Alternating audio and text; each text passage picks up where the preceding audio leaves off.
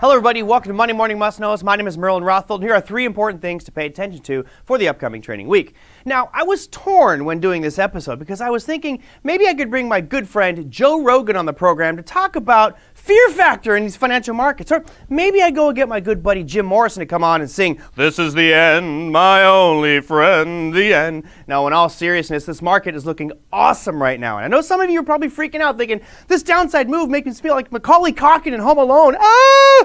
It's opportunity, folks. We might have to switch our strategies from a long bias to a short bias, but bottom line is tons of opportunities last week, and I think it's going to continue going forward. Now, we'll start things off with one of the main catalysts out there, which is earnings. Oh, yes. We'll start with earnings. Last week, we had 119 companies reporting. This week, over 4 times that many reporting. We kick things off on Monday with IBM, Halliburton, and Logitech.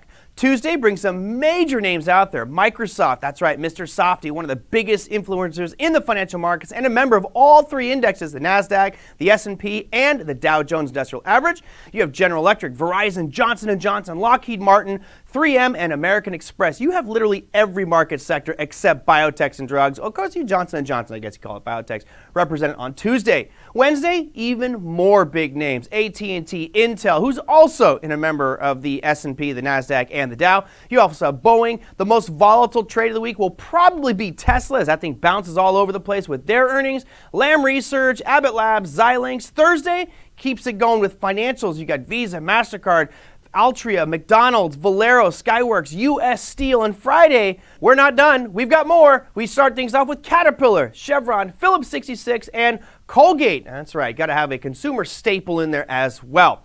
Now, we are going to shift a little bit here and go from the earnings, which of course are major market movers, and if any of those are in your portfolio, please be careful, protect yourselves, because earnings season has been incredibly volatile. I believe it's part of the catalyst as to why we're seeing these markets sell off as we speak. Now, interest rates from central banks as well as inflation have been major topics on this program and in the mainstream media for quite some time. We will continue that discussion right now because you have the Bank of Canada coming out with a rate announcement on Wednesday. And Wednesday is a major day, regardless whether you trade futures, whether you trade Forex, or individual equities. You can see here the rate statement for the Bank of Canada is expected to come out at the same, right around 25 basis points with no real surprises.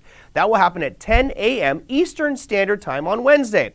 Now, this sets the stage for something maybe even more significant, right? Rate announcements are going on all over the world. We heard some countries are starting to raise. The U.S. is talking about raising here, most likely in March. So other countries are feeling that pressure, and we'll see if the talk track changes for Canada. Now, we're going to go just a little bit later on in that day here in the U.S. as the U.S. comes out with their announcements for rates. We have a rate statement coming out at 2 p.m. Eastern Standard Time. Now, we're going to expect the announcement to stay right where it's at under 25 basis points. The real fireworks will happen a little bit after that. 30 minutes after that announcement, the press conference where Jerome Powell will field a whole bunch of questions. That's Wednesday at 2:30 p.m. Eastern Standard Time, and that is probably more important than the rate announcement. At this juncture, most people feel that March will be that moment where they raise. Now, Jerome Powell will be fielding all sorts of questions, and we can get a better idea as to what they're thinking during that announcement, and that's normally when we get big swings in the market, especially if Jerome Powell leaks a little something that he should not have. Now, we're not done because the Fed is going to focus a lot of their attention in that discussion on inflation. And last week, we had PPI and CPI numbers that were both rather disappointing and I think precipitated some fear in the marketplace. But the main reading that the central bankers are using to indicate to them what inflation looks like is called the PCE Price Index. Here you can see a chart of that reading going all the way back into 2005. Now, what I want you to notice, just focus on this red line that's flying up out of the bottom of the screen. Going all the way back into 2005, it's never been above that red line. But wait a minute, COVID comes along and says, here, hold my beer, and all of a sudden, boom, we have been consistently above that red line. More importantly, if we look at that hard right edge, you can see that very last tall blue bar that measures out at 0.5%, or 0.5 on the right side. That blue represents the actual number, and the little gold dash just below that represents the expectation, which means that we are expecting inflation to be high, and all of a sudden, the real number comes out much higher. Now, if central bankers, mainly the Fed, is looking at this number for the U.S. markets as an inflationary indicator, if we do exceed those numbers yet again, this could put a lot more pressure on the Fed to raise rates in March. The good news for anybody who's thinking that we might see a rate increase on Wednesday is that this announcement happens Friday.